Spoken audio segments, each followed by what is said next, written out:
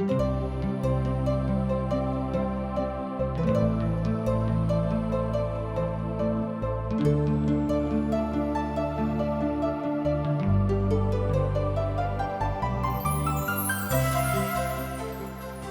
India द्वारा प्रस्तुत आशक इजोत कार्यक्रम में अहाँ के हार्दिक अभिनंदन कर रहल छी।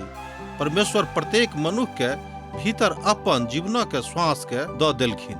यह लेल संसार के सब जीव सब बेसी ज्ञानवान छथि, मुदा जीवन में मानसिक रूप से असंतुलन आ अशांति के बीच जी रहल छथिन। यह लेल अहाँ के बीच सिलसिलेवार बाइबल के अध्ययन अहाँ के सेवार्थ प्रस्तुत कर रहल छी, जाय सँ नीक जीवन जीवा के सही ढंग से अपना लियो। कृपया क देखू आ सुनू, जाय सँ परमेश्वर अहाँ के जीवन जिंदगी के इजोत बनल रहे। आशा के इजोत मैथिली कार्यक्रम में एक बेर और हम अहाँ के अभिनंदन प्रभु यीशु मसीह के मीठ आ पवित्र नाम में कह रहल छी। हमर मित्रवर, ई कतेक नीक बात अछि कि हमरा दुनू गोटे मिलकर परमेश्वरक वचनक अध्ययन में लागल छी आ खूब गंभीरता के साथ परमेश्वरक वचनक अध्ययन कर रहल छी। अध्याय 6 में हमरा सब और एक दूटा अनुभवक देखे छी जे बड़ चमत्कारिक छल। ई अनुभव एलिसा के भेल रहे। एलिसा एकटा बड़ अद्भुत नबी बा भविष्यवक्ता छलाह। हमरा सब एहि बातक एहिठाम देखलहुँ हैं जे ओ कोना के अपन भक्तक संगे काज करैत छथि, अर्थात परमेश्वर, आर नामक संगे ओ कोन तरह व्यवहार करैत छथि, अर्थात जे कियो हुनका संगे रहैत छथिन। तहन एहिठाम हमरा लोकनि देखैत छी कि नामानक संगे हुनक व्यवहार कोन तरहक भेलनि। एहि के विषय में आजुक अध्ययन में हमरा लोकनि विशेष रीति से ध्यान देब आ सीखब। एलिया आग और पानी के उतारि देने रहत आ एलिसा अपन प्रभु के व्यक्तिगत सेवा क के एना कहियो हुनका एहि जमीन पर, एहि भूमि पर उतार देने छथिन।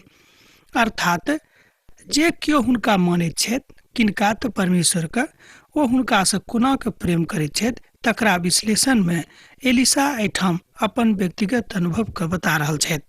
परमेश्वरक महान भविष्यवक्ता ओ छलाह, एहिमे कनिको संदेह नहि, मुदा कियो एहि ऊपर संदेह सेहो नहि कऽ सकैत छथि। एहि बातक अनुभव एहिठाम एहि पोथी में हमरा लोकनि एहि अध्याय में विशेष कऽ कऽ देख रहल छी। एहि बातक लेल हम प्रभु के बड़ धन्यवाद दैत छियनि, किएक तो आश्चर्य कर्म कऽ कऽ मनुष्य जाति के एहि बातक बताबैत छथि कि वह परमेश्वर थिकाह। एलिसा के आश्चर्य कर्म और भविष्यवक्ता के चेला में से कियो एलिसा से कहलनि, आ जाय स्थान पर हम अहाँक लेल रहैत छी ओ हमरा लेल भऽ सकैत अछि। एहि बातक अहाँ एक पद में देख सकैत छी कि जाय स्थान पर हम अहाँक लेल रहैत छी ओ हमरा लेल भऽ सकैत अछि। ओहि काल में एलिसा बड़ प्रसिद्ध भऽ गेल छलाह आर कोनो पैघ आत्मिक शिक्षालय में ओ पढ़ाबैत सेहो छलखिन। तेँ ओ सब हुनका ओहि स्थानक पढ़ेबाक लेल प्रार्थना कऽ रहल छथि। हमर मित्रवर, एहिठाम हमरा लोकनि देखैत छी कि एलिसा ओहि काल में धार्मिक शिक्षा देबय वाला काज कऽ रहल छथि, अर्थात कोनो जतऽ आत्मिक शिक्षालय रहै ओतऽ ओ जाके आत्मिक बातक लोक सबके सिखाबैत छलखिन, विशेष कऽ कऽ विद्यार्थी लोकके जे ओतऽ के विद्यार्थी रहैत। एहि तरह हमरा लोकनि देखैत छी कि परमेश्वरक काज करबा में ओ कहियो पाछा नहि छथि। आजुक दिन धरि, अर्थात 6ठम अध्याय के अध्ययन धरि हमरा लोकनि एहि बातक देखैत छी। ओ चाहैत रहत जे हुनका सभक प्रशिक्षणालय में बढ़ि जाय, तेँ हमरा सब यरदन धरि जायब और कोनो सँ एकटा बल्ली लऽ कऽ एहिठाम रहबाक लेल एकटा स्थान बना लियैक। ओ कहैत इच्छा रहनि, ओ कहलनि जे ठीक अछि, अहाँ जा सकैत छी। तैँ आउ हमरा सब एहि अध्याय के दोसर पदक दिस मनन करब, ध्यान करब। तैँ हमरा सब यरदन धरि जायब आर ओतऽ सँ एकटा बल्ली लऽ कऽ एहिठाम रहबाक लेल एकटा स्थान बना लियैक। ओ कहैत छथि, ठीक अछि, बनाउ। एहिठाम प्रशिक्षणार्थी अपन विद्यालय स्वयं बनाबैत छथि। ई बात हमरा सभक कालक लेल बड़ पृथक कथा अछि। किएक तऽ आजुक दिन में हमरा सब जतऽ अध्ययन करबाक हेतु जाइत छी ओतऽ सब किछु बहुत पहिनहिए से तैयार रहैत अछि, मुदा आजुक दिन में अर्थात जाय काल में एलिसा के हमरा लोकनि एहिठाम प्रशिक्षणालयक विषय में देखैत छी, ओहि काल में विद्यार्थी लोग स्वयं प्रशिक्षणालय के बनाबैत रहथिन। आजुक दिन में ई संदर्भ बिल्कुल अलग भऽ गेल अछि, मुदा एना कहियो कि परीक्षार्थी के वा जे केओ प्रशिक्षणार्थी के वा विद्यार्थी के स्वयं अपन प्रशिक्षणालय बनाबे के आवश्यकता रहन, एहि बातक एहिठाम बतायल गेल छै। हमर मित्रवर, ई बात सेहो कतेक गुणकारी अछि तकरा दिस अहाँ ध्यान दऽ सकैत छी, आ एलिसा हुनका सभक एहि बातक लेल बड्ड प्रोत्साहन सेहो दैत छथि। तहन केओ कहलनि, अपन दासक संगे चलबाक हेतु प्रसन्न भऽ जाउ। ओ कहलनि, चलैत छी। दोसर अध्याय के तेसर पद में हमरा लोकनि एहि बातक देख सकैत छी, आ तकरा बाद दोसर राजा पोथी जकर हमरा लोकनि अध्ययन कऽ रहलहुँ हैं तकर तेसर पद में सेहो एहि बातक विषय में बतायल गेल अछि। तहन एहि पदक हमरा लोकनि देखी, तहन केओ कहलनि, अपन दासक संगे चलबाक हेतु प्रसन्न भऽ जाउ। ओ कहैत छथि, ठीक अछि। ई पद बड्ड उत्तेजनात्मक अछि। एहिठाम एलिसा हुनका सभक संगे चलबाक हेतु तैयार भऽ जाइत छथि, अर्थात एलिसा हुनका संगे चलबाक लेल तैयार भऽ गेल छथिन। एहि तरह हमरा लोकनि देखैत छी कि परमेश्वरक महान काज हुनका सभक जिंदगी में भेनाइ आरंभ भऽ गेलनि। ओ कहलनि, उठा लिअ, तहन ओ हाथ बढ़ा कऽ उठा लेलनि। एहि बातक हमरा लोकनि 7 पद में देखैत छी एहि अध्याय के। ई छल लोहा के कुल्हाड़ जे पानि में खसि गेल रहेक, आ बाद में ओ एलिसा के हाथ में एकटा लकड़ी के द्वारा के खसायल करने पानी के ऊपर आबि गेलिक, वा एना कहियो कि पानी के ऊपर आबि कऽ छितरा गेलिक। अर्थात एहिठाम लोकनि देखैत छी जे एकटा विचित्र बात अछि कि लोहा के कुल्हाड़ पानी के ऊपर आबि कऽ छितरा गेलिक। एहिठाम ओ अपन विश्वासक हाथक बढ़ा रहल छथि जे ओ विश्वासक हाथक कारणे ओ कुल्हाड़ पानी के ऊपर छितरा गेल छैक। एहिठाम ओहि बातक विषय में बतायल गेल छै कि ओहि टंगारी के उठा लेलखिन, किएक तो अहाँके लेल प्राण देने छलाह, आ प्रभु परमेश्वर समस्त लोकक मदद करबाक हेतु इच्छा राखैत छथि। एहि बातक अभिव्यक्ति सेहो एहिठाम एहि पद में होइत अछि। हमर मित्रवर, जँ अहाँ परमेश्वर के महान विचारक दिस ध्यान राखैत छी तऽ ई कथा अहूँक संगे भऽ सकैत अछि। आजुक संदर्भ में जे बातक एहिठाम बतायल गेल अछि ओ परमेश्वरक महिमा से अभिव्यक्त होइत अछि। जे किछु बात अहाँ देखैत छी ओहि सबटा बात में परमेश्वरक महिमा के एहिठाम होइत हमरा लोकनि देखैत छी। आ दोसर जे बात एहिठाम आरंभ होइत अछि तकरा हम एना बुझि सकैत छी जे दोसर एपिसोड एहिठाम कथाक्रम आरंभ जे होइत अछि ओ दोसर घटना के एहि तरह वर्णन करैत अछि। सीरिया इस्राएलक ऊपर चढ़ाई कऽ दैत अछि। ई वैमनस्य से आजुक दिन धरि विद्यमान अछि। अब परिस्थिति के दिस अहाँ निहारि कऽ कनिक देखियौ कि ओहि कालक लोग सेहो ई काज करैत छलखिन, मुदा आजुओ के मनुष्य जाति ई काज करैत छथि। आर सीरिया के राजा इस्राएली सँ युद्ध करैत छलाह, आ सम्मति के अपन कर्मचारी सँ बाजि नेने रहथि, आ अमुक स्थान पर हमर छावनी होइत। तहन परमेश्वरक भक्त इस्राएलक राजाक लग समाद पठा देलनि जे चौकसी करैत रहब आ अमुक स्थान दऽ कऽ नहि जायब। एहिठाम पिता परमेश्वरक वचन ओतऽ अर्थात इस्राएलक राजाक लग पहुँच गेलैक। ई समाद हुनका भेटलनि कि ओहि स्थान दऽ कऽ अहाँ नहि जायब, चौकसी करैत रहब, किएक तऽ ओ स्थान अखन सुरक्षित नहि अछि। एहि तरह परमेश्वर अपन लोकक रक्षा में सब ठाम ध्यान राखैत छथि। एहि बातक सेहो एहिठाम हमरा लोकनि सीख रहल छी। डॉक्टर मैगी साहब कहैत छथिन कि जे केओ अपन प्रभु के ओहि बातक विषय में जानैत छथि हुनका लेल ई बात बड़ आसानी सँ संभव अछि, किएक तऽ ओतऽ आर्मी चढ़ाई करब छथि। तहन इस्राएलक राजा ओहि स्थान पर जकर चर्चा कऽ कऽ परमेश्वरक मुक्त हुनका एहिठाम चेतौनी देने छथिन ओ उठा कऽ बता रहल छथि, रक्षा कैलथि। एहि तरह एक बेर नहि मुदा बेर बेर भेलैक। एहि बातक हमरा लोकनि एना बुझि सकैत छी कि परमेश्वरक भक्त हुनका एहि बातक चेतौनी देलनि जे अहाँ सावधान रहब, कियाक तऽ अहाँके ऊपर आक्रमण भऽ सकैत अछि। तहन हमरा लोकनि एहिठाम एहि किस्सा के दोसर क्रमबद्ध रीतिक देख रहल छी। एहि कारणे सीरियाक राजाक मोन बड्ड घबरा गेलनि, तैँ ओ अपन कर्मचारीके बजा कऽ हुनका सबसँ पुछलनि कि अहाँ सब नहि बतायब जे हमरामे सँ के सब इस्राएलक राजाक पक्षमे छथि। एहिठाम हुनका मनमे ई संदेह आबि गेलनि सीरियाक राजाक मनमे कि जे बात सब हमरा लोकनि करैत छी एहि बातक जानकारी इस्राएलीके राजाके कोनाक भऽ जाइत छनि। एहि बातक संदर्भीकरण एहिठाम होइत हमरा लोकनि देखैत छी। आजुक संदर्भमे हमर मित्रवर ई बात मनुख जाति सेहो सीखैत छथि कि मनुख कोना कऽ प्रभुसँ अलग भऽ सकैत अछि। ओ कहियो प्रभुसँ अलग नहि भऽ सकैत छथि।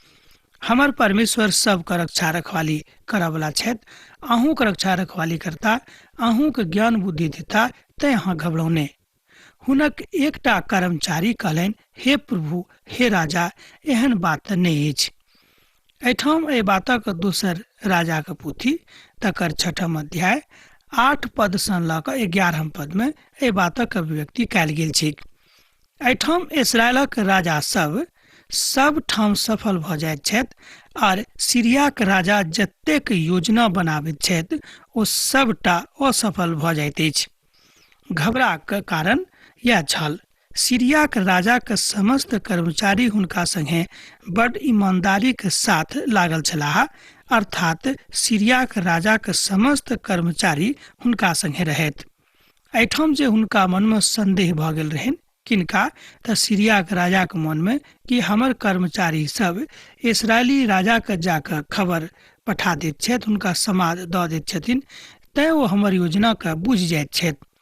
तहन हुनक समस्त कर्मचारी एहि बातक आबि कऽ हुनका बता दैत छथिन कि एहन कथा नहि थिक।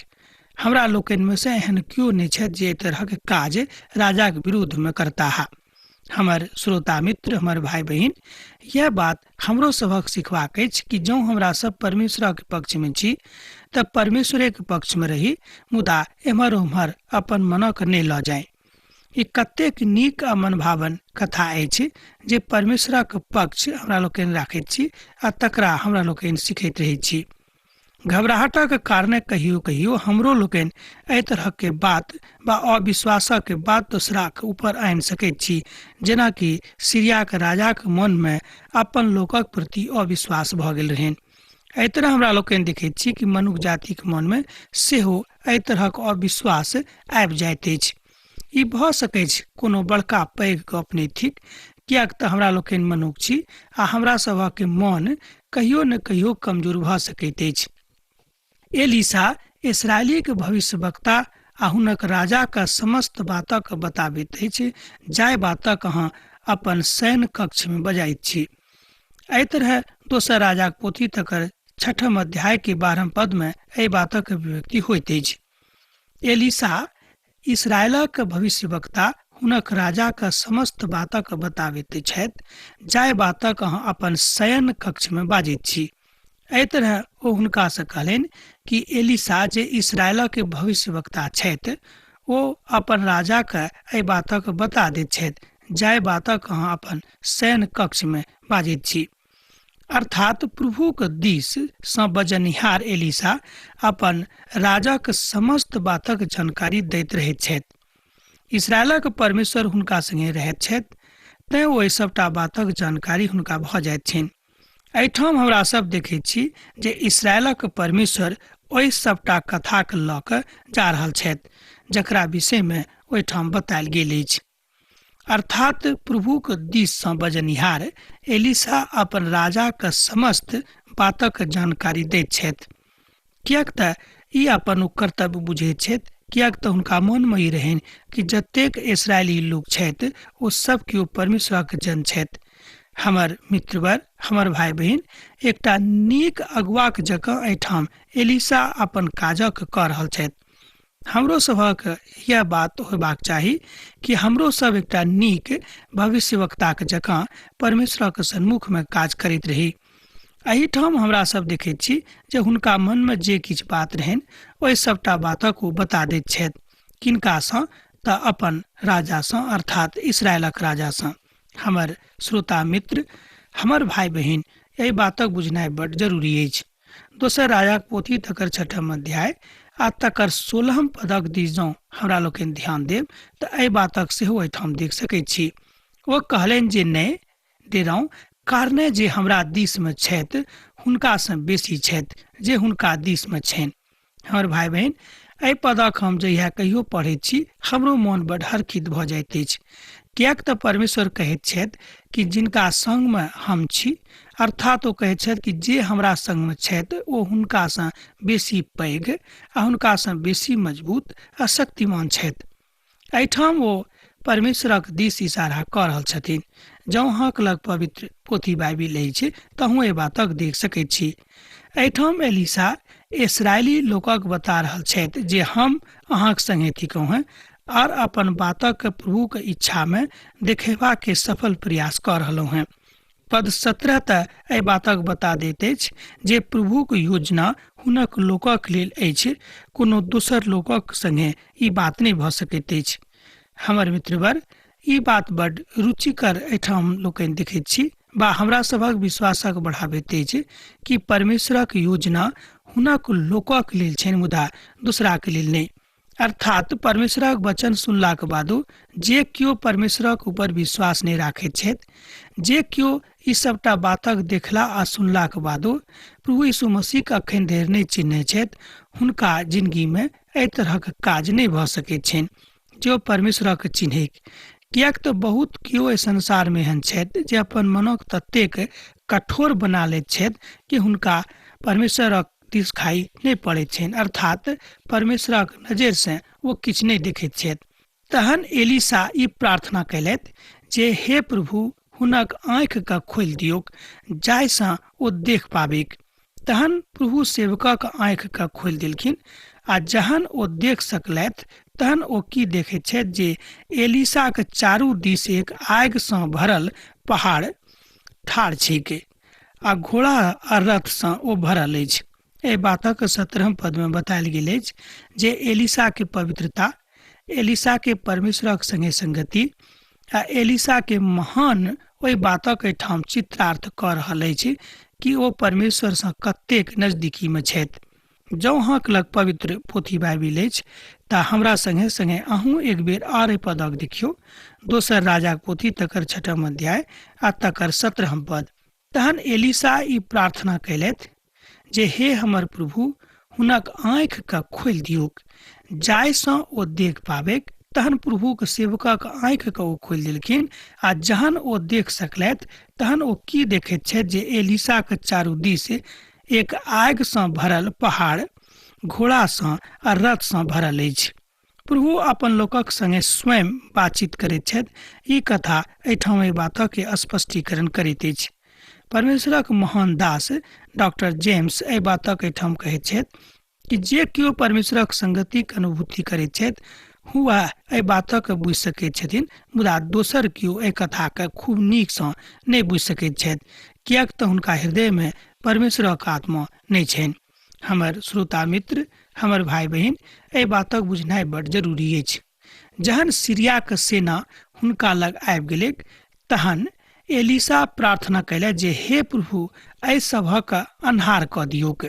एलीशा के वचनक अनुसार ओ सब आन्हर भऽ गेलाह। एहि बातक हमरा लोकनि 18 पद में देख सकैत छी। जँ अहाँक लग पवित्र पोथी बाइबिल अछि तऽ हमरा संगे अहूँ एक बेर एहि पदक देखियौक। आ जँ नहि अछि तऽ कोनो बात नहि, कनिक ध्यान दऽ कऽ सुनियौक। जहन सीरियाक सेना हुनका लग आबि गेलैक तहन एलीशा प्रार्थना कयलथि जे हे प्रभु एहि सभक आन्हर कऽ दियौक। एलीशाक एहि वचनक अनुसार ओ सब आन्हर भऽ गेलाह। एहि तरह हमरा लोकनि देखैत छी कि एलीशा के हाथे एहि तरहक बात होइत अछि, अर्थात एकटा चमत्कार अहाँ बुझि सकैत छी, किएक तऽ ओ बाजि देलखिन आ ओ सब आन्हर भऽ गेलैक। एकरा कोनो छोट चमत्कार नहीं बुझी, किएक तऽ परमेश्वर हुनक प्रार्थना के तुरंत सुनि गेलखिन। एहिठाम इस्राएली सेना के चारू दिस प्रभु कहैत छथि कि एहि तरह प्रभु अपन दासक माध्यम सँ काज कराबैत छथि। हमर भाई बहन, जँ हमरो सभक विश्वास रहत, जँ हमरो सब एहि बातक ऊपर प्रभुक महिमा के देखब तऽ ई सबटा बात हमरो सभक जिंदगी में भऽ सकैत अछि। कारण की थिक कि हमरा सब परमेश्वरक ऊपर ओतेक विश्वास नहीं राखे छी, तैं परमेश्वरक नजर से नहीं मुदा अपन नजर से सब किछ के देखे छी, तैं परमेश्वरक महिमा का हमरा लोकनि खूब नीक से अनुभव नहीं कर सकैत छी। यह कमजोरी अछि हमरा सभक अंदर में, तैं परमेश्वरक प्रेम से हमरा लोकनि बहुत बेर अलग भ जाइत छी। इसराइली सभक सेहो यह कमजोरी रहन, ओ सब बेर बेर परमेश्वर से अलग भ जाइत रहत। आजुक संदर्भ में सेहो ई बात बड़ नीक अछि। आ तकरा बाद सामरी नगरी के घेराबंदी एलिसा हमरा सभक दिखाबैत छथि। एहि बातक उल्लेख 24 पद से ल क 33 पद में कयल गेल अछि। जँ अहाँक लग पवित्र पोथी बाइबिल अछि तऽ अहाँ खोलि कऽ देख सकैत छी।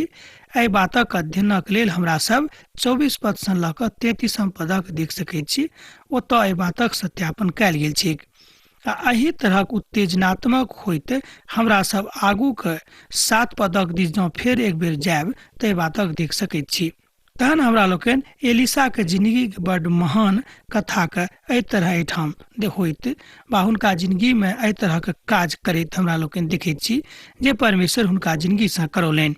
अर्थात एहि तरह परमेश्वरक वचन हुनका एहि बातक सिखाबैत अछि। पद 7 दिस हमरा लोकनि ध्यान दऽ सकैत छी। तहन ओतऽ एहि बातक एक बेर और गंभीरता के साथ हमरा लोकनि देखलहुँ हैं, बात देख सकब। तहन हमरा लोकनि आब किछु बात अध्याय 7 से देखब। एहिठाम हमरा लोकनि 7 पद आ 6 पद में एहि बातक देखैत छी जे प्रतीकात्मक स्वरूप अछि। एलिसा अपन प्रभुक कथा के एहिठाम बता रहल छथि। तहन एलिसा कहलनि, प्रभुक वचनक सुनियौक, प्रभु एना बाजैत छथि। ओ कहैत छथि कि एहि काल में सामरी नगर आ फाटकक लग 3 किलो मैदा आ नगरी के एकटा सिक्का 6 किलो जौ के भाव आ चांदी के एकटा सिक्का के भऽ जेतैक। एहि तरह हमरा लोकनि 7 अध्याय के 1 पद में देखे छी कि तहन एलिसा हुनका जे आज्ञा देलनि कि अहाँके की करबाक अछि। एहि बातक अहाँ दोसर राजाक पोथी तकर 7 अध्याय तकर 1 पद में देख सकैत छी। तहन एलिसा कहलनि, प्रभुक वचनक सुनियौक, प्रभु एना बाजैत छथि। ओ कहैत छथि कि एहि काल में सामरी नगरी के फाटकक लग 3 किलो मैदा आर एहिठाम जे बतायल गेल अछि तकरे जकाँ सिक्का आ चानी के एकटा सिक्का ओतऽ लऽ कऽ अहाँ जाउ। एहि तरह परमेश्वरक आज्ञा हुनका सभक लग एलिसा के माध्यम से पहुँचैत छनि। एहि भविष्यवाणी के पूरा होइत हमरा सब दोसर दिन देखैत छी। भविष्यवाणी की छल? ओ छल आत्मा आ दोसर छल आत्माक फल। एहिठाम एहि दुनू तरहक भविष्यवाणी के एहिठाम बतायल गेल अछि। भविष्यवाणी छल आत्मिक आ दोसर छल परमेश्वरक संगति। यह दोनों बातक भविष्यवाणी एहिठाम भेल अछि। तहन अब आजुक अध्ययन हमरा एहिठाम समाप्त करबाक आज्ञा दिअ, किएक तऽ अहाँ से विदा होय के बेरा भऽ गेल अछि। विदा दिअ। जे किछु बचि गेल तकरा ऊपर हमरा लोकनि दोसर दिन अध्ययन करब।